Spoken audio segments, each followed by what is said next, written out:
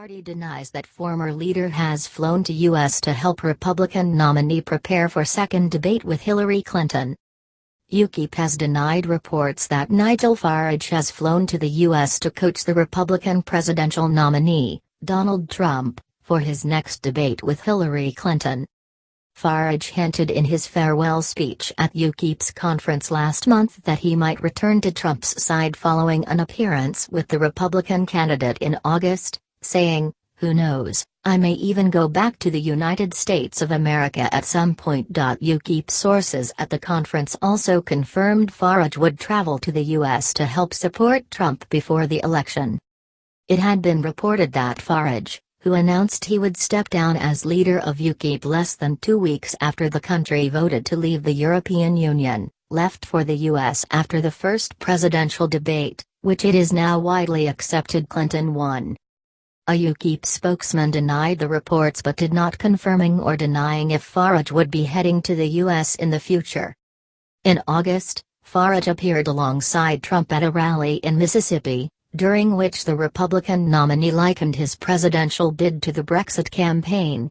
Farage stopped short of endorsing Trump outright, but said, "I will say this, if I was an American citizen, I wouldn't vote for Hillary Clinton if you paid me." Trump attempted to shrug off polls suggesting voters thought Clinton had outdone him in the first debate by claiming he was holding back because he did not want to embarrass her. Politics aside, Farage is considered a skilled orator and debater.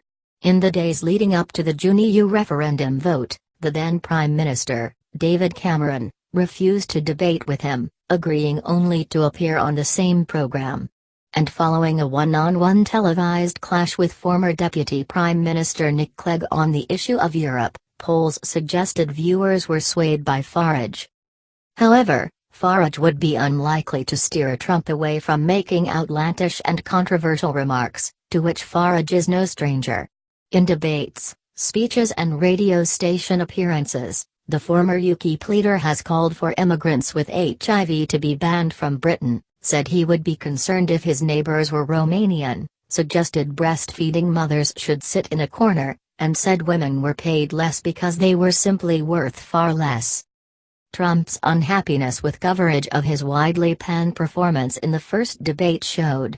3 times in the course of a rally in Florida earlier this week, Trump called out the corrupt corporate media and gestured towards his supporters to turn towards the press bench to boo, hiss and even, in one instance, shout, "Go to hell."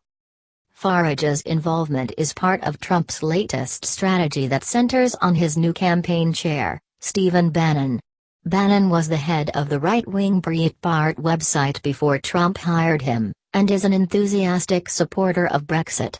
The website's UK wing, Breitbart London, has close ties to Ukip. An earlier version of this report incorrectly stated that Nigel Farage had already flown to the United States. A spokesman for Farage denied that he had made the trip, but refused to confirm whether